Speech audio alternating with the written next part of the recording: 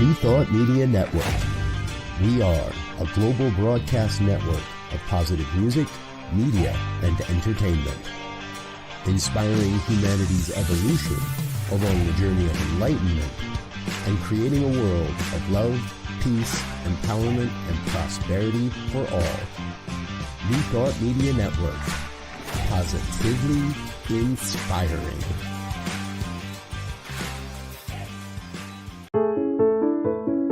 New Thought Media Network. We are a global broadcast network of positive music, media, and entertainment, inspiring humanity's evolution along the journey of enlightenment and creating a world of love, peace, empowerment, and prosperity for all. New Thought Media Network. Positively inspiring. New Thought Media Network is excited to present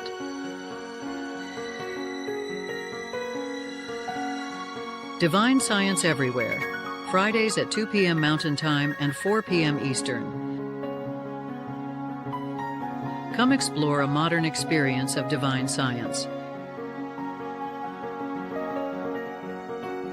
with Reverend Joy Fletcher, Reverend Jeff Radcliff, and Bishop Durrell Watkins. Join us as we open our eyes to divine science everywhere we look. Fridays on New Thought Media Network. Welcome to Divine Science Everywhere on New Thought Media Network. And Divine Science Everywhere features divine science ministers and other New Thought guests as we discuss the divine science principles. I'm Reverend Joy Fletcher, and one of the ways I express my ministry is as president of the Divine Science Ministers Association. I also serve on the International New Thought Alliance Board, and I'm a lifetime member and a member of Divine Science Federation International. With us today is Reverend Charlene Manuel, and we'll join her in just a few moments. And first, then, I would like to introduce one of my co-hosts, Reverend Jeff Radcliff. Hey, y'all. Greetings from Tennessee. I'm Reverend Jeff, and I am very glad to be here with you and co-hosting Divine Science Everywhere. Look for me on Facebook. You'll find me at Giatti Ministries. That's Giati. It stands for God is all there is. So look for me, Giatti Ministries, on Facebook. You'll also, I'm available for just about anything. I do some public speaking, either on Zoom or live and in person on occasion. I can do some metaphysical counseling and treatment prayer work with you. Whatever you need, I'm here available because that's part of what Giatti Ministries is all about. So thanks for joining us today, and I am so excited to talk to Reverend Charlene in a bit. Here's Bishop Durrell Watkins from Sunshine Cathedral. Yes, I am Durrell Watkins, the senior minister of the Sunshine Cathedral, and I am an auxiliary bishop of the Global Justice Institute, and I am the president of the Divine Science Federation. I'm a life member of the New Thought of INTA, International New Thought Alliance, an honorary member of the affiliated New Thought Network. And so I've got a few irons in the fire. I'm also the dean of the Samaritan Institute, which is a divine science ministerial school. I also want you to know that DSFI and DSMA are having a retreat on the sea in November. And you're welcome to join us. All New Thought people, even if you're just kind of mildly beginning to be interested in New Thought, welcome. You're going to have a good time. A little bit of learning, a little bit of praying, a lot of playing. There's going to be time on islands in the Bahamas. There's going to be time on the ship. It's 5 amazing days. Inside cabins start at just $300, and of course upgrades are available. And there's still a few, not many, but a few cabins left. So there's still time. if you want to join us in November. If you would like to learn more about it or secure your place, just go to divinesciencefederation.org/events and book your spot today. And now, of course, as we do each week, we're going to be led in a very powerful spiritual experience by Reverend Joyful Fletcher. Thank you. Thank you. Well, I'd like to start today with a reading from Emmett Fox, who was a divine science minister and well known throughout New Thought, as well as Alcoholics Anonymous, the 12-step groups. And today in his Around the Year with Emmett Fox, today is, I don't remember the day number, but he wrote, judgment in the Bible means deciding upon the truth or falsity of any thought. This process necessarily goes on in our minds all the time we are awake, and to the extent to which we judge righteous judgments determines the character of our lives. To accept evil at its face value is to judge wrongly and bring its natural punishment.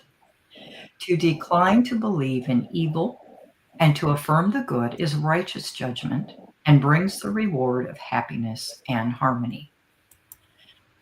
Thus, the judgment is not a great trial to take place at the end of time. It is a process that goes on every day. I remember learning that Charles Fillmore said that Judgment Day is every day. When Jesus said, "Judge not that ye be judged," in Matthew 7:1, he meant to condemn our brother out of hand instead of seeing the Christ within him, is putting ourselves in danger because appearances in him, and whatever we make real, we must demonstrate in our own lives. And it is day 255, key words in the Bible, judgment. So, friends, let us take a deep, grounding breath together and breathe in the awareness of spirit. And as you exhale, let go of every appearance that would try to convince you of separation, conflict, or fear. This passage from Emmett Fox reminds us that judgment is not some distant cosmic courtroom waiting at the end of time. Instead, it is an inner practice happening moment by moment, a continual choice about how we perceive, interpret, and give meaning to the thoughts and appearances before us. Every day we are engaged in judgment. We may not call it that, but we decide what we will believe, what we will affirm, and what we will give energy to. And Emmett Fox tells us plainly, to judge righteously is to decline to believe in evil and affirm the good. Now, when Jesus said, "Judge not that ye be judged," he wasn't asking us to abandon discernment. He was inviting us to shift from condemnation to compassion, from reaction to recognition. When I condemn another person, I am in truth condemning myself. Why? Because what I make real in another person's life, I am affirming as possible in my own. To see only the appearance of lack, disease, anger, or limitation in someone else is inviting those same vibrations into my own experience. But when I choose righteous judgment, I remember the goodness, the divinity, the Christ is within every person. The Christ light, the divine self is present, even if the appearance appears clouded. Righteous judgment is the holy discipline of looking through appearances to see the truth. So, how can we live this practice of righteous judgment? When faced with criticism or conflict, pause and silently affirm, I see the Christ within this person. When we encounter illness, lack, or fear, whether in ourselves or others, we decline to make these appearances the ultimate truth. Instead, we affirm health, abundance, and love are the reality of spirit. When our own thoughts spiral into worry or doubt, we bring ourselves back to recognition gently. This is but an appearance, not the truth. God, the divine, is here. Good is unfolding. Moment by moment, we are judging. The invitation is to judge righteously, not through condemnation, but through compassion, not through fear, but through faith.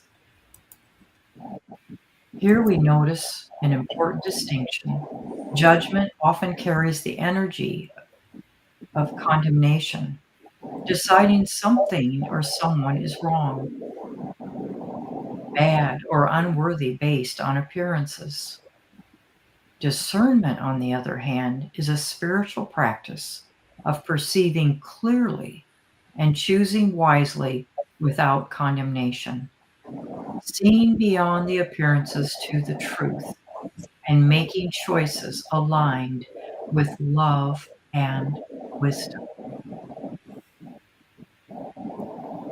So let's take a few breaths.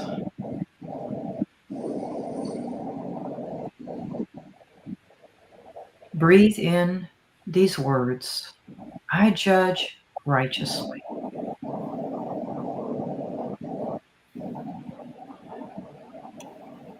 And exhale with the awareness, I use discernment and I see the divinity within.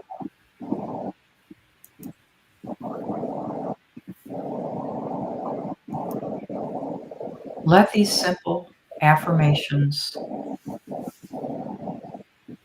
be so much a part of you that every thought, every word, every interaction is filtered through the truth and not appearances.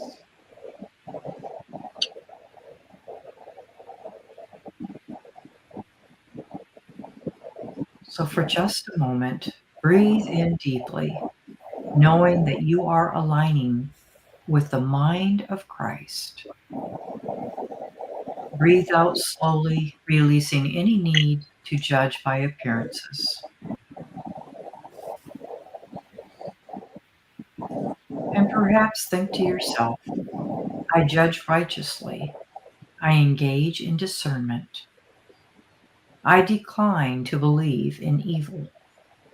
I affirm the good. I see the Christ divinity within all beings. And so as we move forward into this day, may our judgment be not a burden, but a blessing. May every choice, every thought, and every perception be an opportunity to affirm the harmony, wholeness, and radiant love of the divine in all, through all, and as, and so it is. Amen. Amen. Thank you, Reverend Joy. You may not know, I'm happy to remind you, though, that Reverend Joy is a death doula. She's also an administrator at a hospice.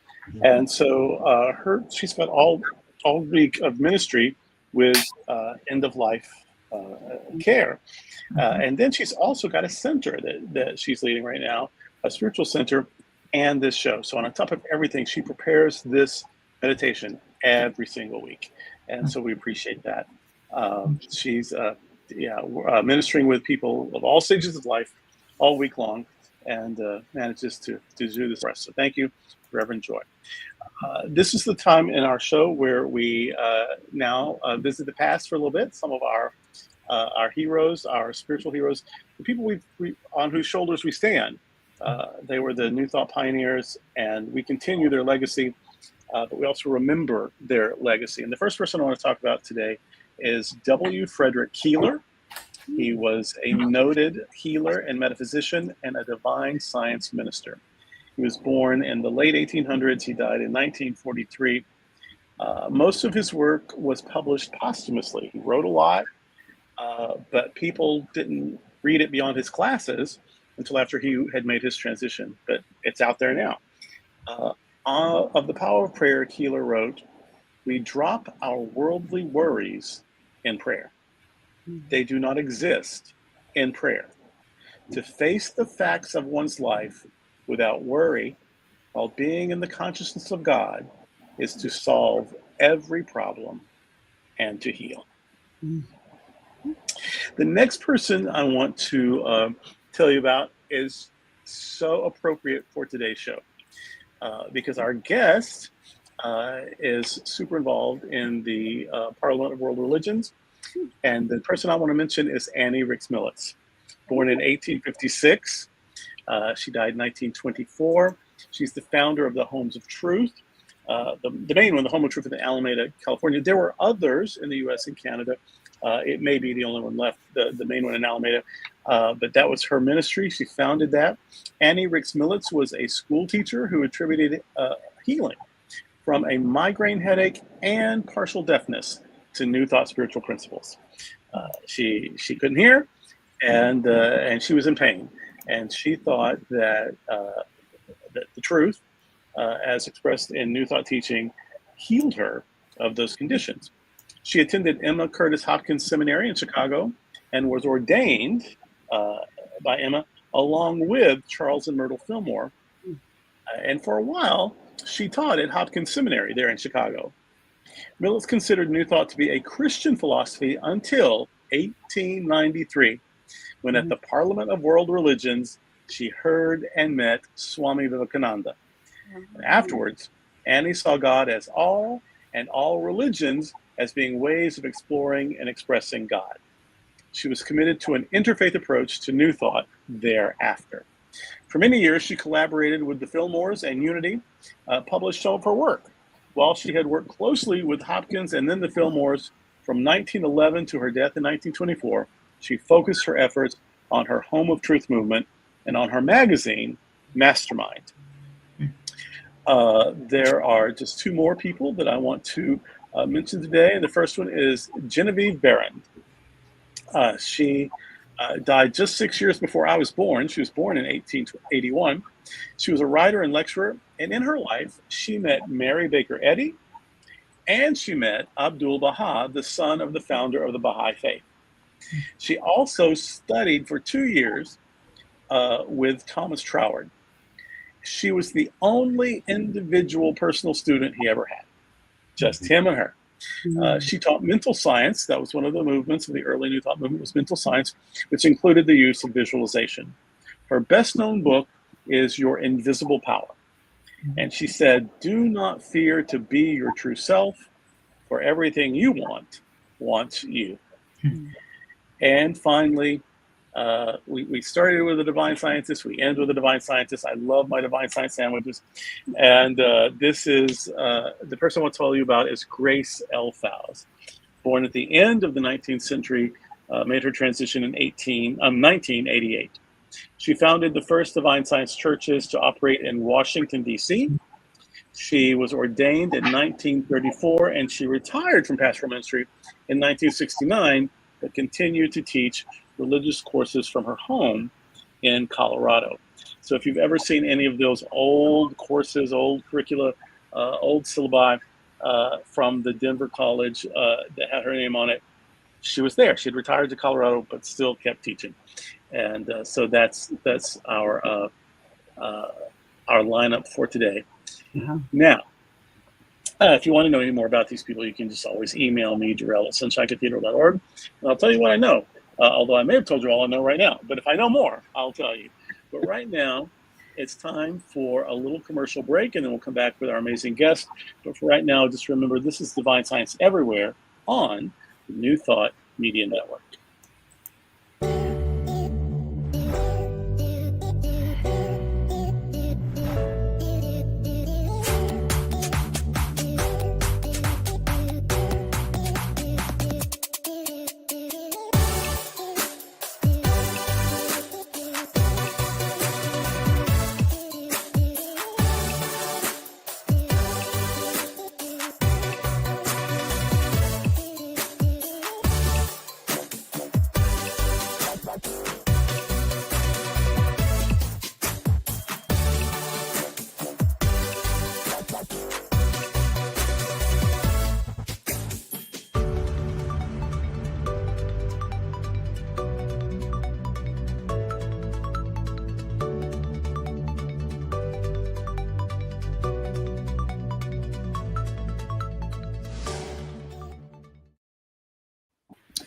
Welcome back to Divine Science Everywhere. I'm Reverend Jeff, and I am very happy to introduce our guest for today. She has done a lot in her short time on this planet. Reverend Charlie Manuel, an inspirational author. She's a speaker. She's a board consultant and a unity minister. In her work, she has encouraged audiences of all sizes, both nationally and internationally, through her writings and her keynote messages, workshops, seminars, and retreats. She's passionate about developing and harnessing positive attributes that support individuals in living a high quality life, both personally and professionally. And she promotes the development of skills and abilities that advocate harmony, diversion, inclusion, and empathetic relationship building for a more compassionate and peace-filled world. She's guided nonprofit organizations to expand their reach through positive relationship development. Charlene founded One Accord Strategies, dedicated to strengthening the abilities of boards of directors and trustees in the development of high functioning relationships so that they're better positioned to live their ministry and their mission and their vision and their organizational value, and thus having a more inclusive community and a greater impact on the lives of those they serve. Charlotte holds a Bachelor of Arts degree in Sociology and Urban Studies. She's got a Master of Arts degrees in Human Resources Development. In addition, she's a graduate of the Unity School of Religious Studies and was ordained as a Unity minister in 1995. And she's gone on to serve as a senior spiritual leader in a thriving ministry for 22 years. She's been active in international initiatives to bring water to villages in Africa. Kudos on that. Helping to build a school in Haiti and peace immersion in Costa Rica. She served on the board of directors of Unity World Headquarters for 8 years and served as the first person of color in the role of chair of the board in that organization's 130-year history. She serves on the board of trustees of the Parliament of World Religions, headquartered in Chicago, and she is the actual chair this year. She's the first African American and the first of her religious and spiritual affiliation, which is, of course, New Thought, in Unity, to serve in that particular role. And since 2012 to the present, Charlene also served on the faculty of Unity Urban Ministerial School to help develop spiritual leaders. She's the author of 9 books, which we'll probably talk about later on. She's a proud mother, grandmother living in Orlando, Florida. I'm so happy to welcome my new friend, Reverend Charlene, to Divine Science Everywhere. How are you today? I'm wonderful. So happy to be here. I'm overjoyed to be with y'all today. So thank y'all for having me. I'm really glad and excited to be here. We've been looking forward to this for a long time, and you have done a lot in your life. What's your most what do you feel most proud of in all the things that you've accomplished? And you've done so much. And all the things that I have accomplished, I would say the work on me. That is it right there. I was, for some reason, on this particular leg of my soul's journey, I was, excuse the expression, a hot mess at one point in my early days. So to have still survived, but really the journey, I is it Maya Angelou? I wouldn't take nothing from my journey. It would be that my journey has been mine to experience, to stretch me, grow me, push me, kick me, move me, all of that. And it's been worth it because I really feel like I've come a long way. And as the old song says, God is not through with me yet because I'm still here. But I've come a long way, and I'm pleased at having done that for the legacy of my children and my grandchildren at this point, and anybody else who wants to celebrate that. Well, that is so awesome, and you have done work that is close to my heart because I support Reverend David Alt from Centers for Spiritual Living. His effort to bring water to villages in third world countries in Africa and in Asia. You helped to build a school in Haiti. I'm interested in getting to know just a little bit more what you mean when you were talking about in your bio, you mentioned peace immersion in Costa Rica. What's that about? Yeah, we in my congregation, we took a trip to Costa Rica. There is a United Nations mandated school for peace in Costa Rica. And a group of us from our congregation, we went there and we took like a course that is offered. There's a whole school there with a curriculum and all that, but we didn't stay for the whole course. But we went there for a weekend to do the course and then to do some community service work with one of the organizations who kind of sponsored us there. So it was being in that environment where people are focused and their work is studying peace at that level of the university, people from all over the world. And that was, first of all, it was an amazing experience to meet the people who were there.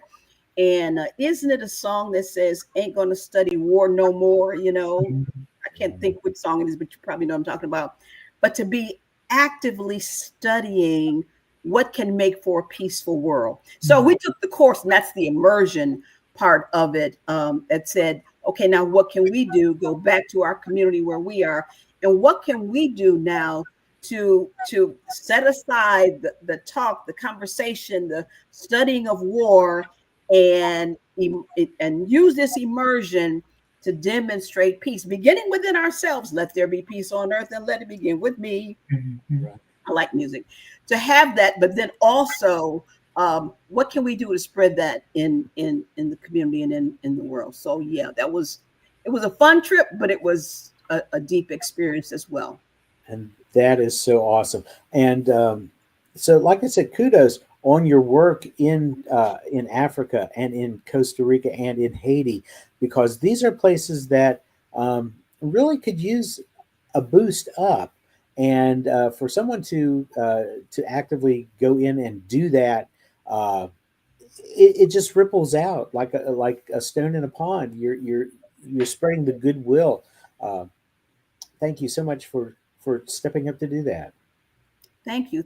It was I think in terms of everything that I do, springing from the joy of spirit within me. So when I tackle what people will think of as a tough situation, I want to bring joy to it, because joy, you could go along with me, your joy. But that is the feeling, the sense, the tone that I want to bring to whatever I do. And just like going to Africa to build a well, it was a challenging situation. We were there for 12 days.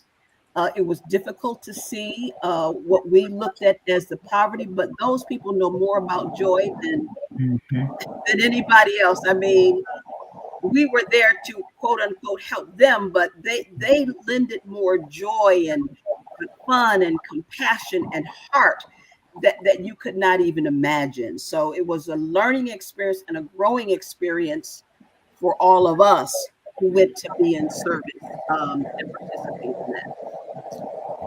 Thank you so much. Reverend Durrell. Yes, I want to.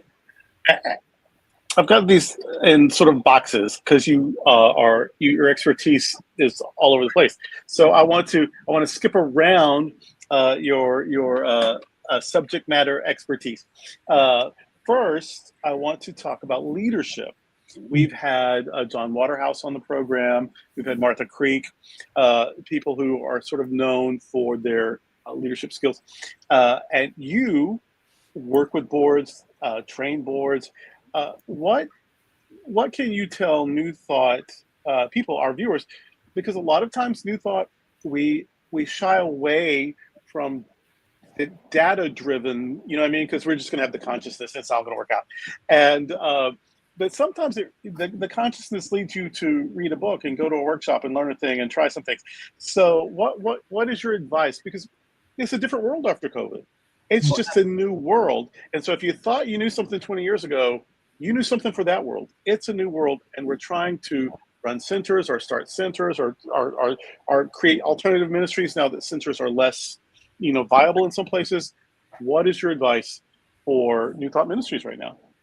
Yeah, and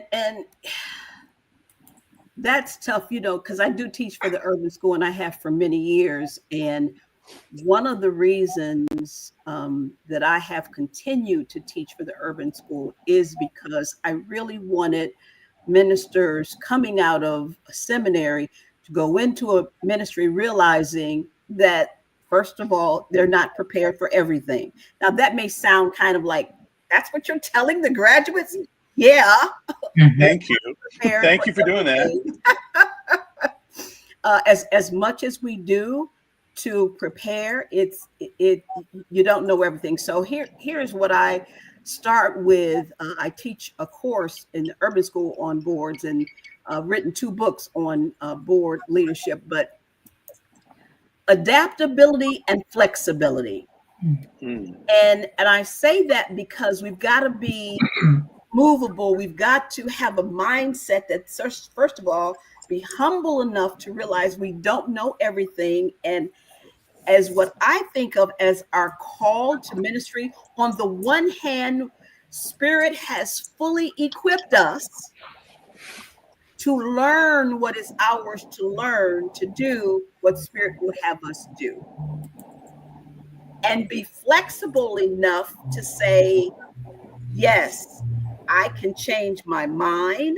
And that is what will allow us to grow as life changes around us. I mean, the gift that COVID gave us is we've got to be able to move quickly at the drop of a hat if needs be.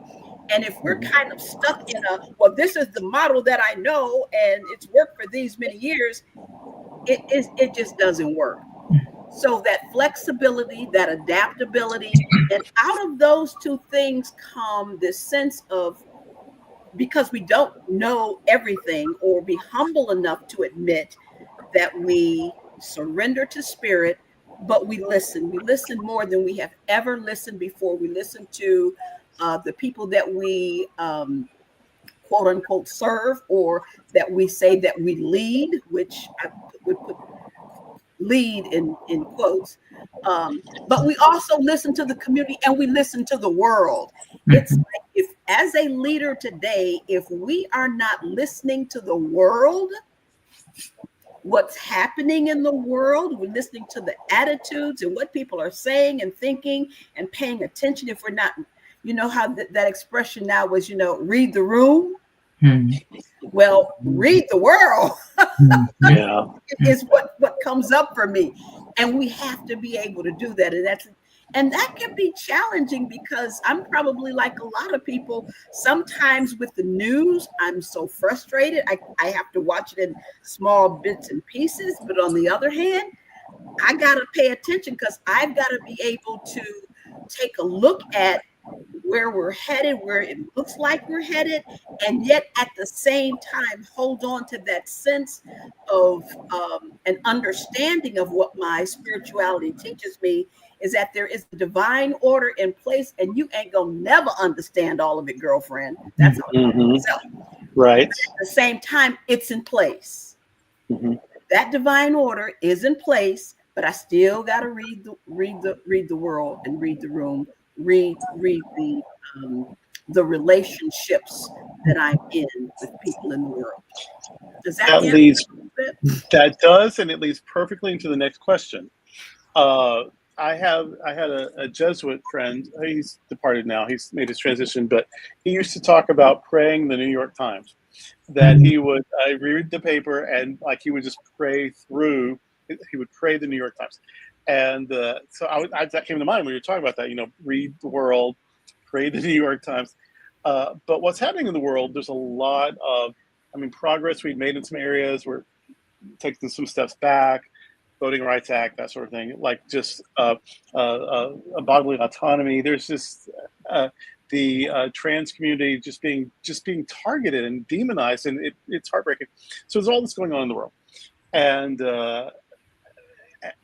so where is New Thought, do you think, in matters of social justice, or maybe I could say in healing hurts caused by injustice? I know David Alexander is sort of really ahead of the curve there, Raymond Anderson. But if we're healers, this is something that needs healing in our world, right? So what is your advice about that?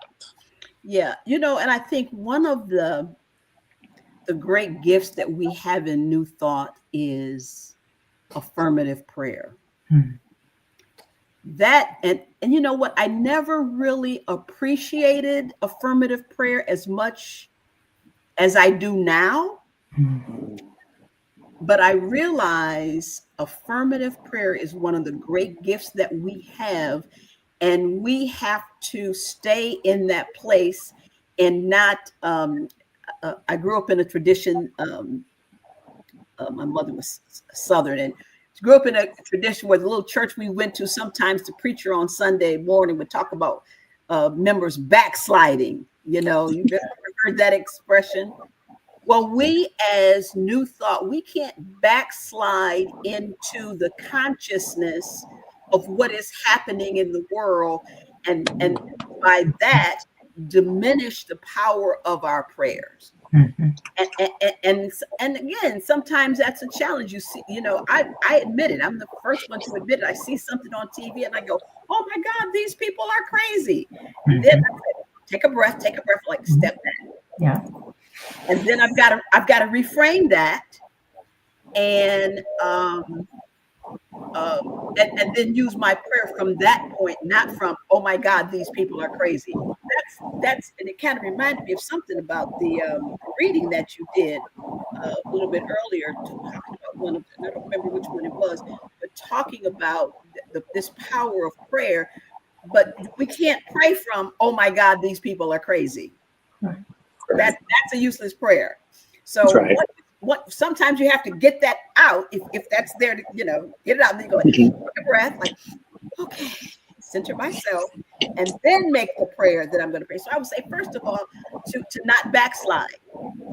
If that's ever where we came from before we recognized and the power in affirmative prayer.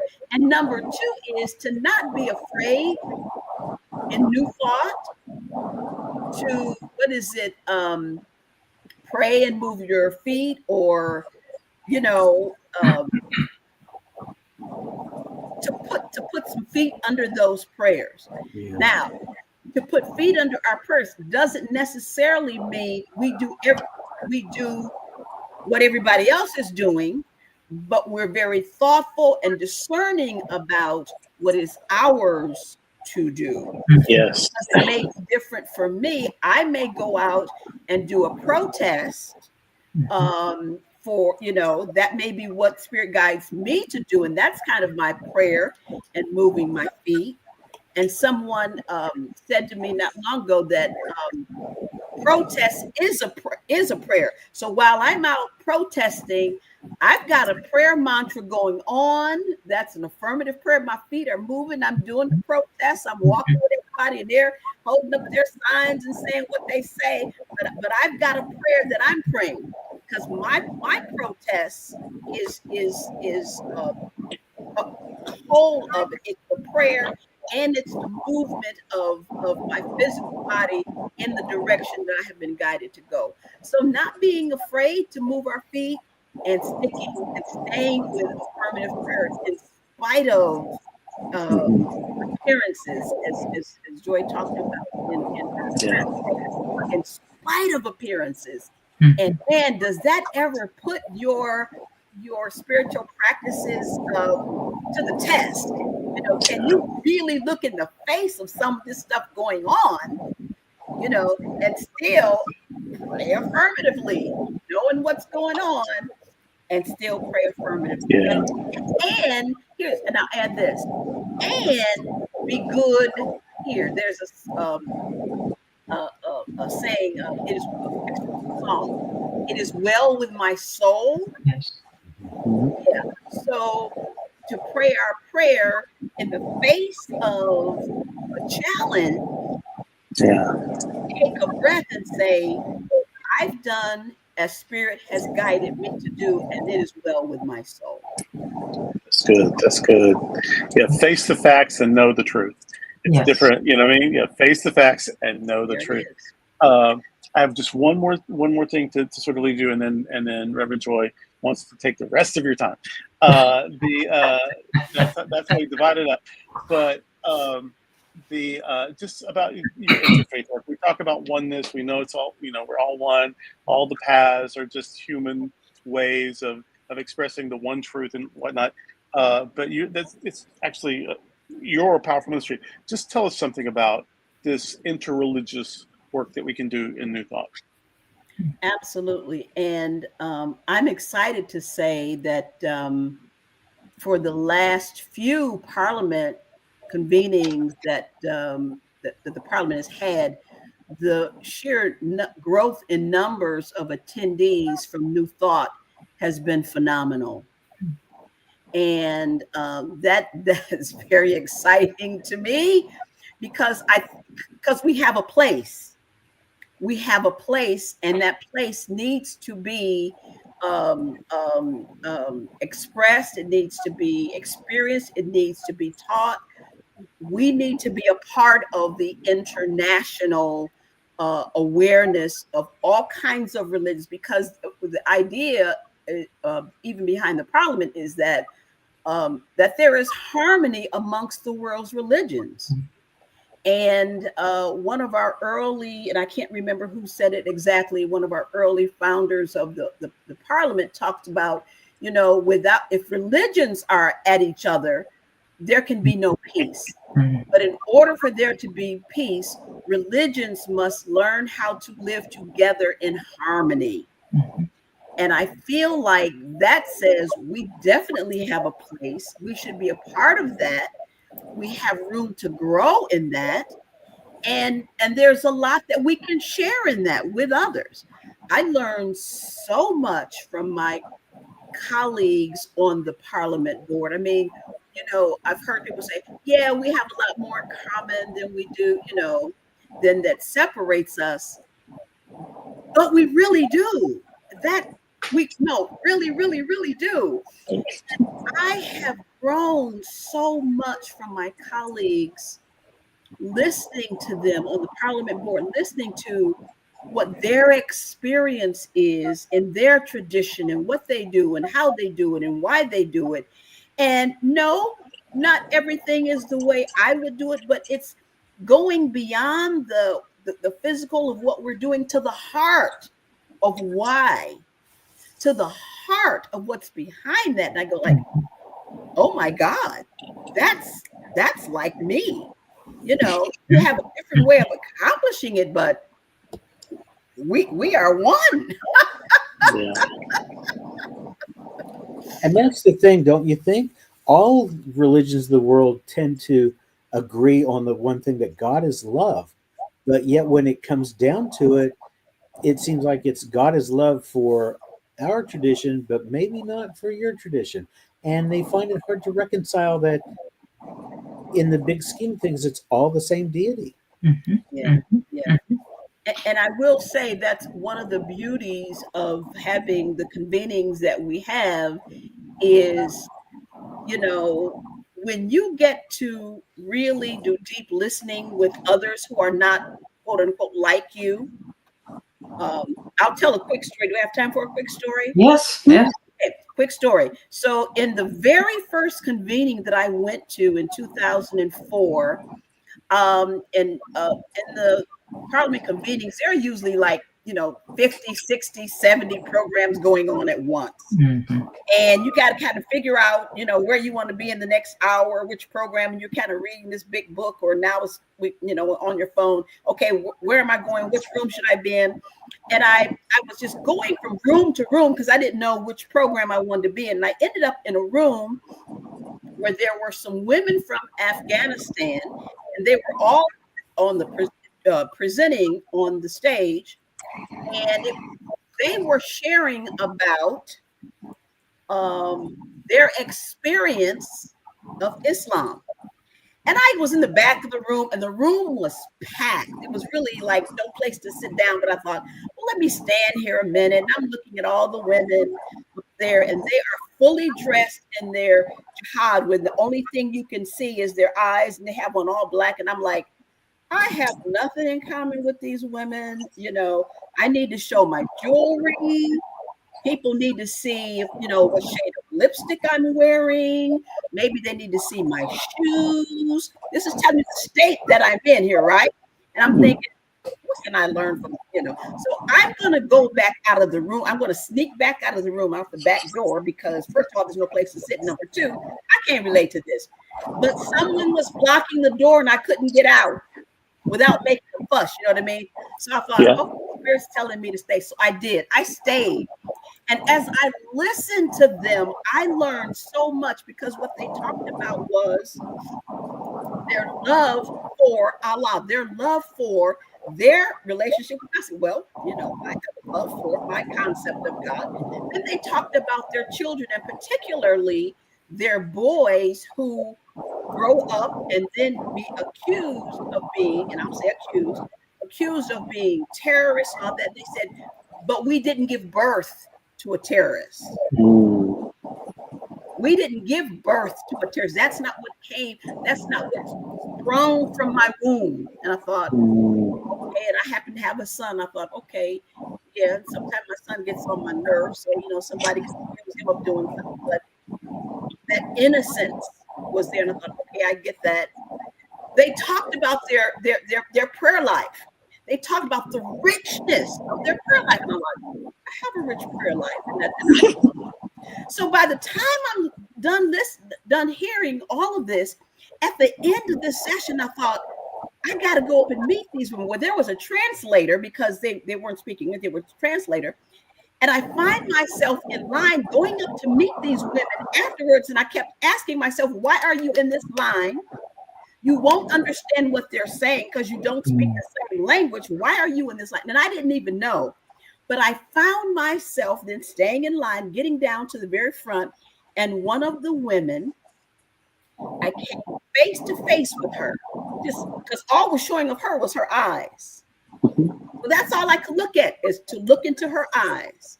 And for a nanosecond, just looking into her eyes, I got to tell you, I felt a connection with that woman that was deep and powerful. And if you had asked me, who is she? And I would say, oh, she's my sister. She lives in Afghanistan.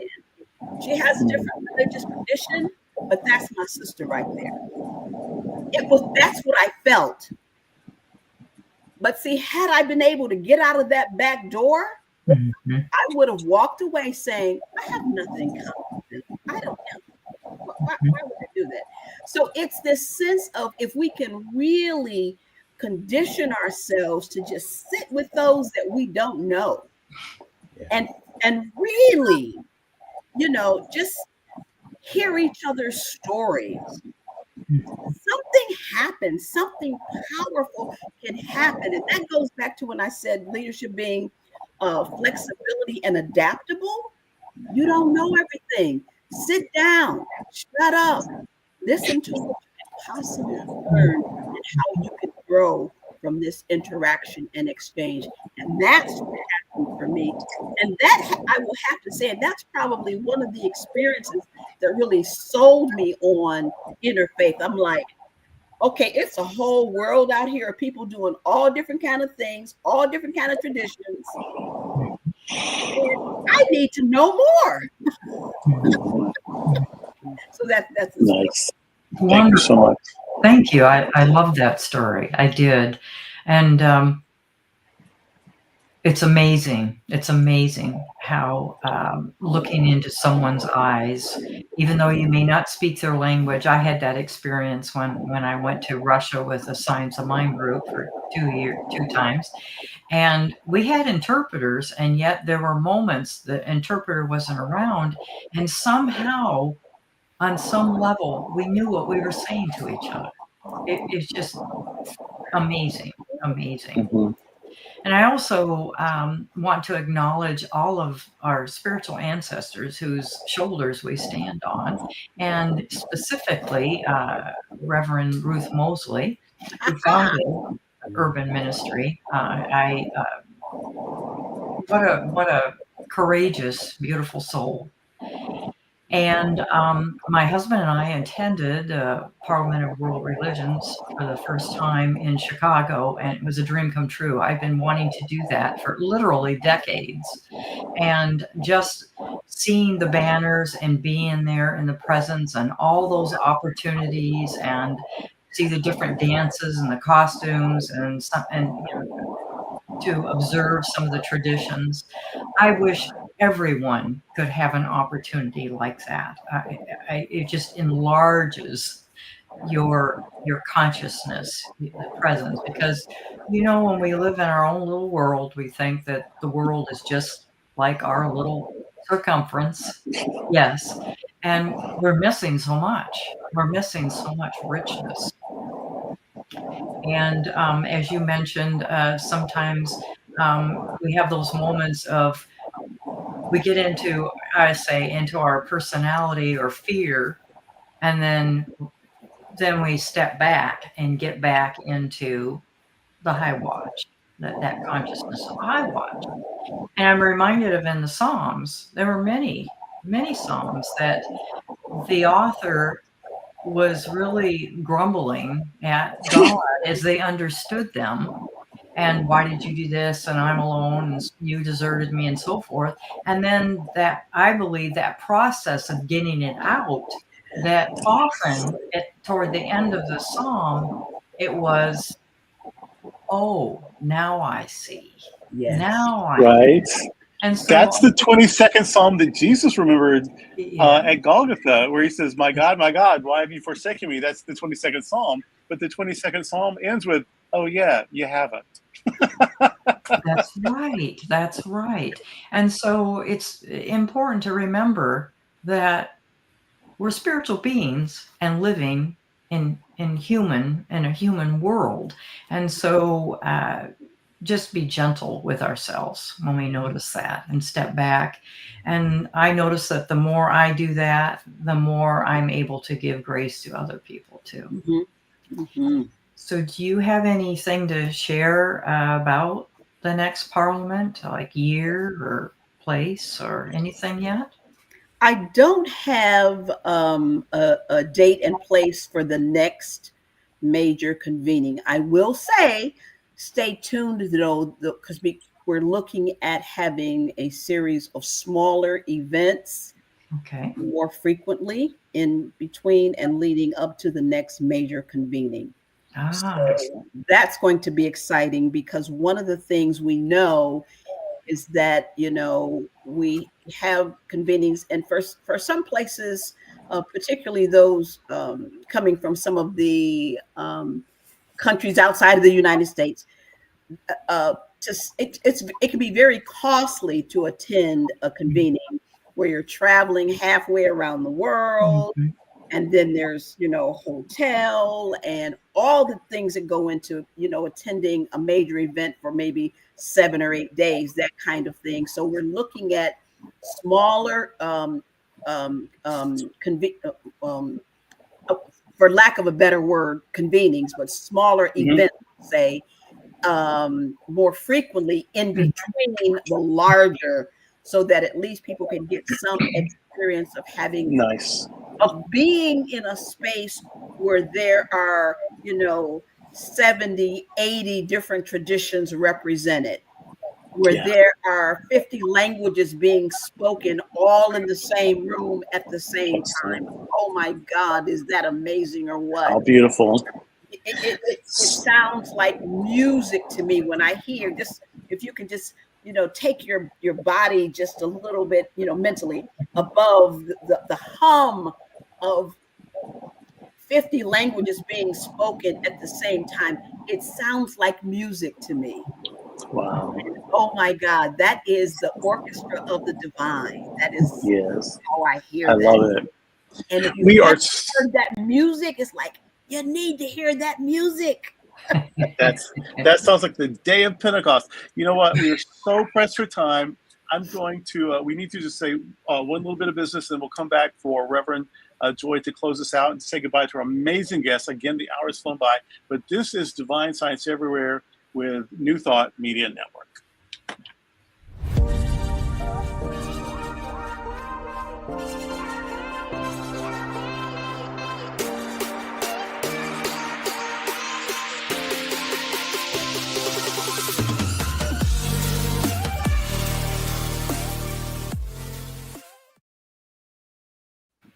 Welcome back. Next week, our guest is Reverend Kathy Harwood Long, who is a Unity minister, and one of her big passions is sacred ecology. So we're looking forward to speaking with her. And please do like and share this program and tell your friends. We really appreciate it. And thank you so much for spending your time. And remember, you can watch this on YouTube later. And thank you, Reverend Charlene, so much for being with us today. This has been a packed hour. It's always, where does it go? But thank you for having me. Yes. Thank you so much. Thank you very much. I appreciate it too. And just remember that this is Divine Science Everywhere on New Thought Media Network. And until next time, we are Divine Science Everywhere, and God is in all, through all, and through all, as all.